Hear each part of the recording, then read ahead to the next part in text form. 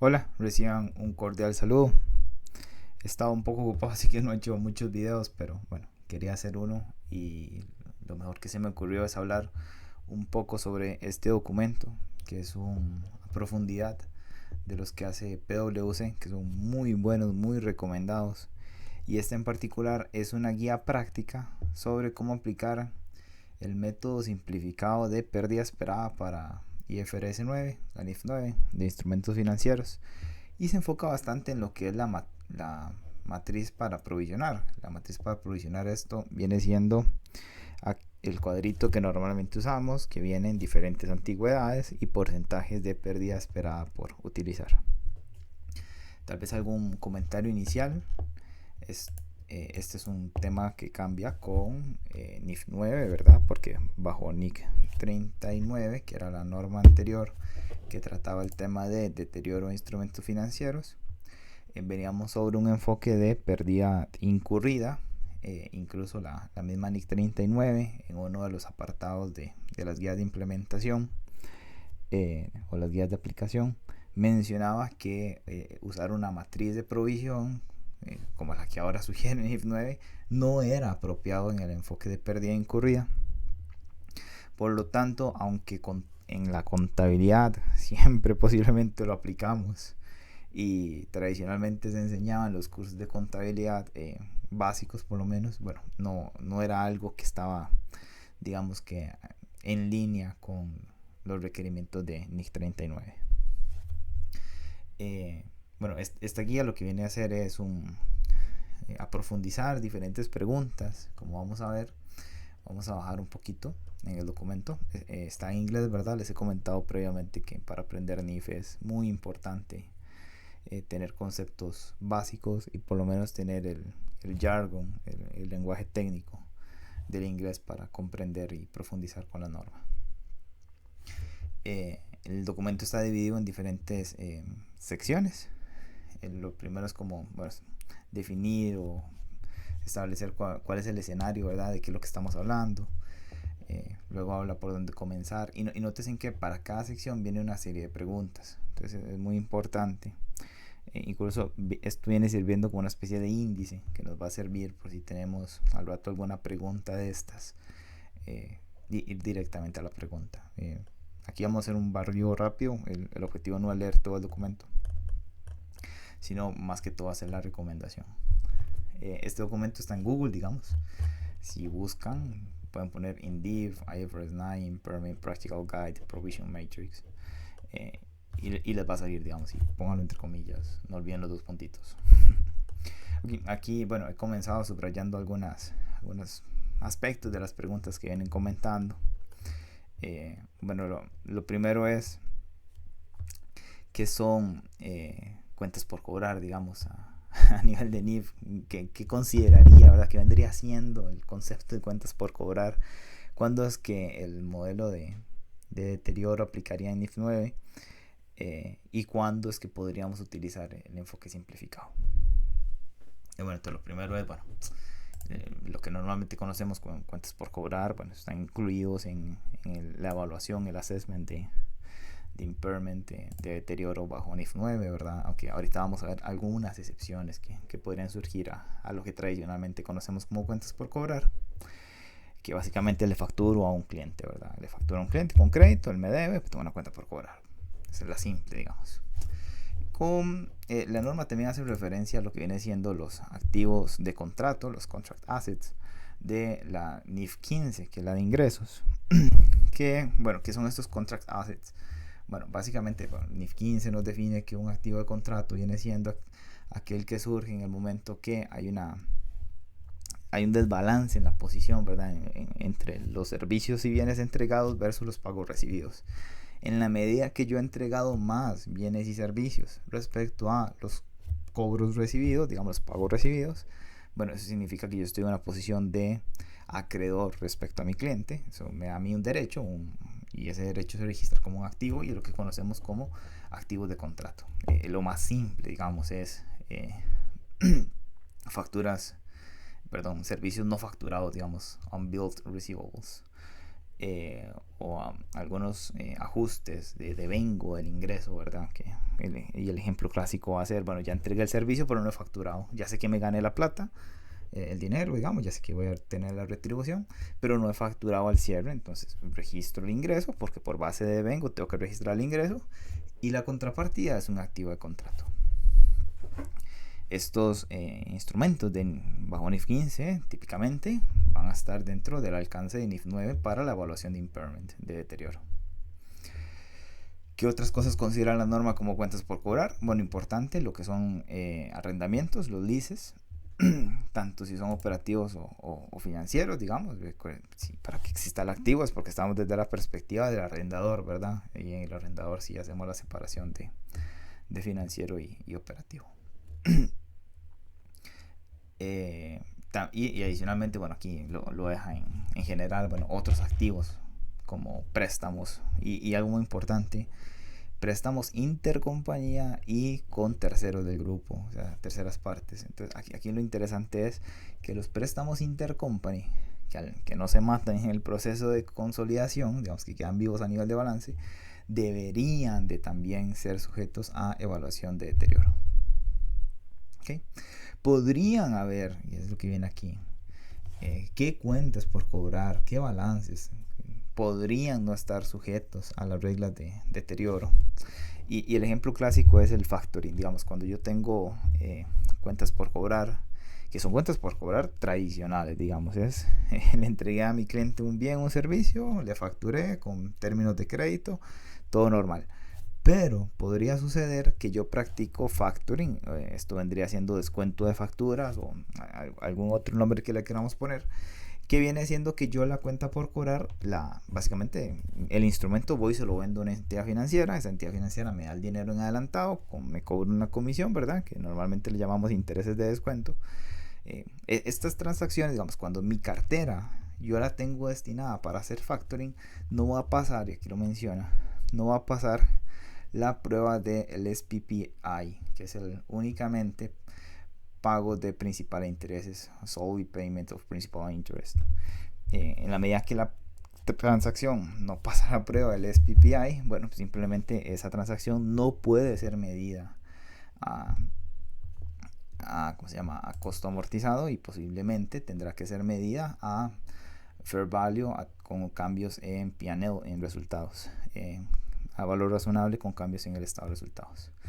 Y recordemos, el deterioro no aplica a instrumentos que están a valor razonable, excepto los instrumentos que están a valor razonable con cambios en el otro resultado integral. Pero bueno, en este caso, en el escenario de que tengamos una cuenta por cobrar, que tradicionalmente es cuenta por cobrar, pero que al no pasar la SPPI test y cae en valor razonable con cambios en resultados, bueno, en ese escenario no aplicaría el impairment, ¿verdad? Porque ya la cuenta está a valor razonable y el efecto está en resultados. Adicional, bueno, viene otra preguntita por acá. Básicamente es cómo direcciono los requerimientos de NIF 9 con el tema de NIF 15, con el reconocimiento de ingresos. Y bueno, aquí podría surgir una duda existencial en algunos contadores y es bueno aclararla, que viene siendo, bueno, vamos a ver, yo en teoría no puedo reconocer un ingreso a menos de que yo tenga cierta certeza, cierta probabilidad, cierta confianza de que mi contraparte me va a pagar, ¿verdad? Porque si no me aplica, me disculpan, creo que es el párrafo 10 o el 15 de la NIF 15, donde dice, bueno, si no tengo certeza, bueno, registraré el ingreso hasta que la transacción haya terminado y en la medida de lo que me hayan pagado, ¿verdad? Pero asumiendo de que realmente sí había certeza, confianza, pongámosle confianza, de que iba a obtener beneficios económicos, o sea que sí me iban a pagar. Entonces, ¿por qué voy a reconocer un impairment de algo que en teoría reconocí porque tenía confianza que me paguen? Y bueno, aquí lo que importa es decir que las pérdidas esperadas, el enfoque de pérdida esperada en NIF 9 está pensando en que toda transacción tiene riesgo de crédito. Entonces, cuando hagamos nuestras matrices de provisión, tenemos que pensar en riesgo de crédito, ¿ok? Y esto podría interactuar con otro tipo de cosas, como la aceptación por parte del cliente o no, y demás. Bueno, ese tipo de cosas no van a ser incluidas en la matriz de provisión. Ese tipo de cosas deberían de estar capturadas en la estimación del registro del ingreso. Pero para la estimación de deterioro consideramos únicamente riesgo de crédito. Bueno, ya llegamos a la segunda sección, por dónde comenzar. Bueno, lo que dice la pregunta es, bueno, ¿qué significa el enfoque simplificado, de Simplified Approach, en NIF 9, ¿verdad? Para calcular las pérdidas crediticias esperadas. Bueno, lo primero que tenemos que tener claro es que este enfoque, el enfoque simplificado, solo funciona para cuentas por cobrar, ¿ok? Y que es en los casos de que hayan cuentas por cobrar con componentes significativos de financiamiento, ¿ok? Que esto por lo general es cuando le otorgamos términos de más de 12 meses a un cliente, digamos, y por ahí lo estamos financiando porque el dinero tiene un costo y al postergar un cobro a más de 12 meses va a implicar un costo de capital de trabajo para la empresa. Entonces, por tanto, habría un componente significativo, teóricamente, ¿verdad? Porque es refutable. Bueno, en esos casos, ¿verdad? En los que básicamente las cuentas por cobrar a largo plazo con clientes, es un tema de elección de política. Nos podemos quedar con el enfoque simplificado o nos podríamos ir al enfoque tradicional, ¿verdad? Que es el de los 3 stages que explicamos en otro video anteriormente. Pero bueno, ya sabemos que aplica para cuentas por cobrar, que es opcional para las cuentas con componentes significativos de financiamiento, iguales para los leases financieros. Pero ¿qué es? Básicamente, ¿cuál es la gran diferencia? Bueno, la gran diferencia es que, si recordamos, el enfoque tradicional, el enfoque general, me pide medir la estimación de pérdida crediticia para los siguientes 12 meses. O sea, yo me enfoco en la probabilidad de pérdida en los siguientes 12 meses.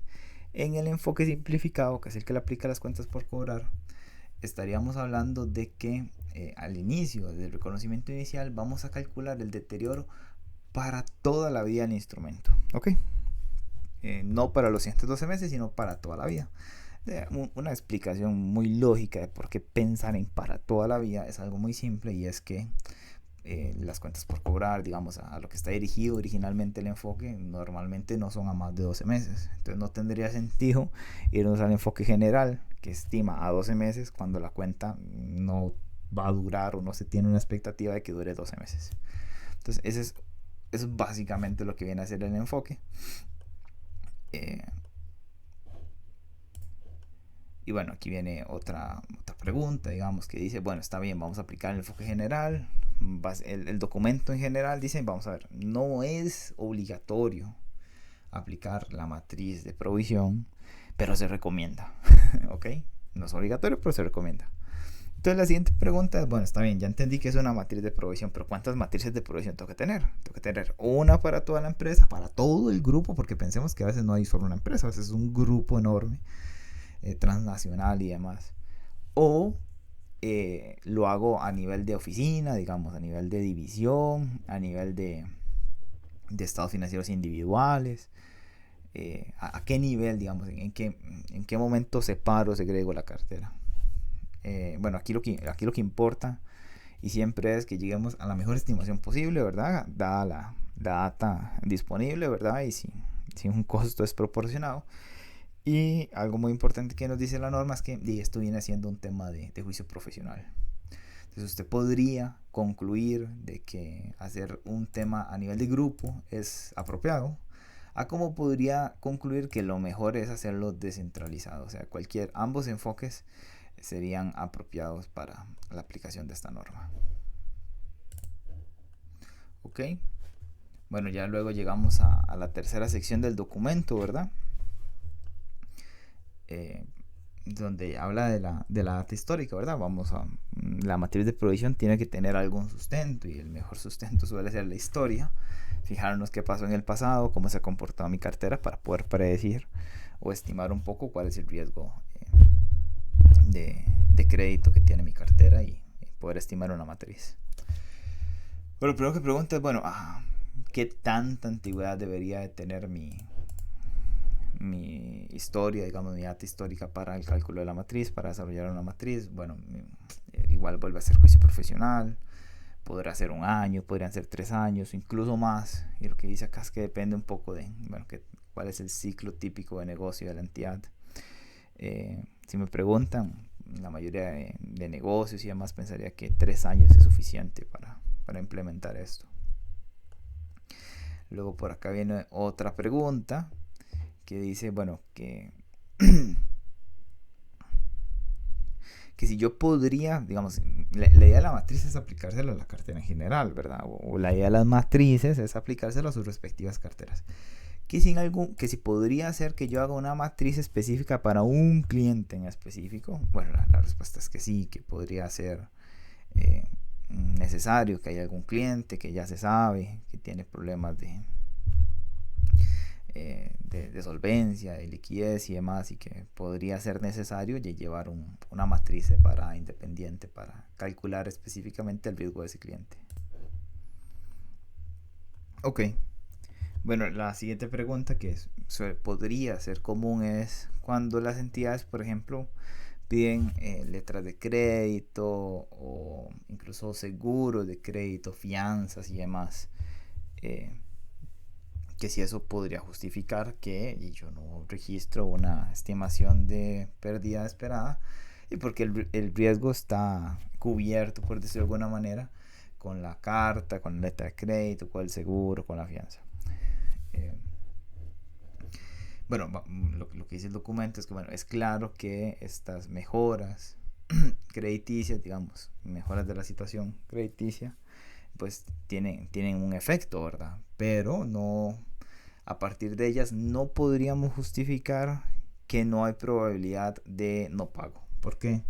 Porque incluso el banco o la aseguradora emisora de esa nota de crédito, de esa carta de crédito o de ese seguro, de esa fianza, y también ese banco tiene su riesgo respectivo de crédito. Entonces podría ser que no me paga ni mi cliente ni el banco tampoco. Entonces, bajo ese supuesto, no podríamos decir de que del todo no voy a hacer provisión. Lo que sí, digamos, el documento reconoce es que posiblemente esta mejora crediticia, este documento que mejora la situación crediticia, podría implicar que se reduce la probabilidad de pérdida, de no pago, o incluso se podría reducir el monto expuesto en caso de pérdida. Entonces póngale que un cliente me debe 100, póngale $100,000, me presenta una carta de crédito del banco por $80,000. Entonces, bueno, hay unos 20 que están descubiertos que deberían de estar asociados directamente al riesgo de crédito del cliente, y los otros 80 posiblemente sean reducidos y estarán asociados al riesgo de crédito del banco, pensándolo de alguna manera, ¿verdad? Y bueno, claramente ese tipo de transacciones nos conllevará normalmente, digamos, si el banco es bueno, puede ser que el banco es peor que mi cliente, pero bueno, si el banco es bueno o la aseguradora es buena, nos llevará a un cálculo de estimación incluso inferior que el que hubiéramos estimado si solo consideramos a nuestro cliente. Luego nos pregunta, bueno, ¿qué pasa si no tenemos información disponible, digamos, y no podemos accesar a la data a un costo-beneficio razonable, ¿verdad? Bueno, lo primero es, el documento hace un juicio de valor que yo suscribo, digamos, yo comparto, y es que es muy difícil que usted me diga que no tiene información del no pago de cuentas por cobrar o de la incobrabilidad. Es muy difícil de pensarlo, porque hay sistemas informáticos hoy en día, o sea, no es tan difícil armar esa información con los registros contables, y eso lo dice el documento. Igual el documento dice, digamos, que puede ser que la información pero está en un formato que presenta retos, digamos que es aquí, it might be in a format that is challenging. Bueno, pero eso igual no justificación, básicamente. El documento dice, pero recordemos que está elaborado por PwC, ¿verdad? PwC son auditores. Entonces el documento lo que nos dice es, bueno, piense que su auditor le va a pedir evidencia de cómo estimó la matriz de provisión. Y entonces por aquí le menciona, digamos que, bueno, está bien, digamos que está muy difícil, compañero, está muy difícil utilicemos un enfoque de muestreo. Haga usted un muestreo de sus facturas para ver qué posibilidades tienen, cuándo tuvieron problemas de incobrabilidad y demás. Pero igual nos vuelve a repetir que en ese escenario podría ser que el auditor necesite, digamos, más información para asegurarse que el enfoque es correcto y la estimación es accurate, precisa, lo mejor posible. Todos estos cuadritos rosados que no he comentado suelen ser ejemplos y estaría muy bien que se los lean. Otra pregunta muy interesante es, ¿qué pasa si, bueno, no es que yo no tengo la información, digamos, porque no la quiero sacar de los sistemas o tengo sistemas muy cutres? No, vieras que es que yo soy una startup, soy una empresa que está comenzando, o soy una empresa que ya tengo tiempo, pero me estoy moviendo a un nuevo nicho de mercado, un nuevo mercado distinto, el cual yo no conozco, no tengo experiencia.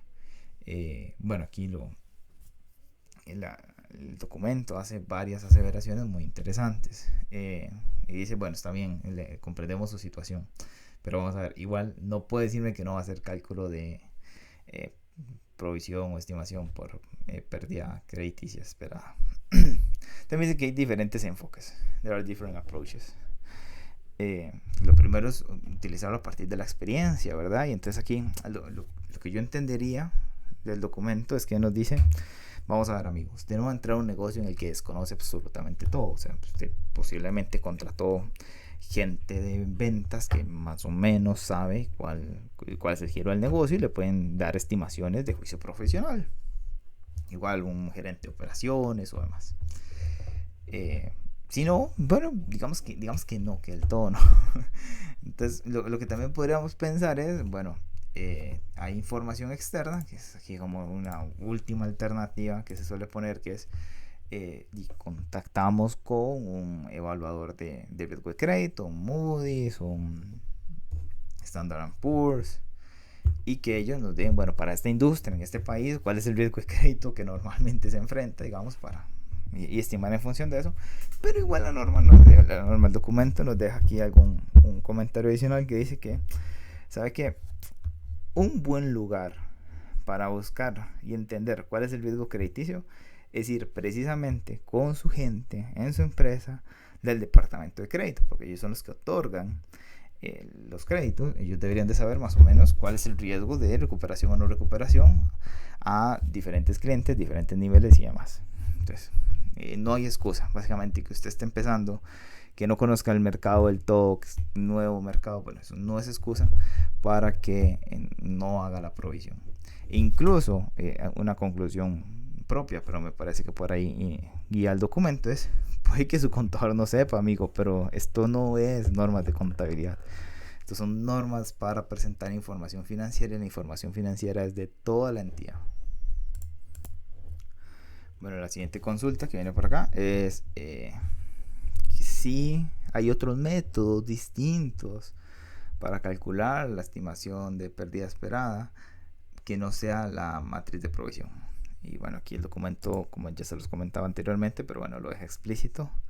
No es obligatorio, no es mandatorio el uso de la matriz de provisión, pero es un método común. Otras alternativas podría ser un cliente por cliente, un análisis cliente por cliente, un customer by customer analysis. Bueno, y eso posiblemente es apropiado cuando mi cartera es pequeña, ¿verdad? Tengo pocos clientes. Nos vuelve a preguntar, ahora sí, vamos a hacer un zoom, vamos a ir más deep sobre qué pasa con los contratos de NIF 15, ¿verdad?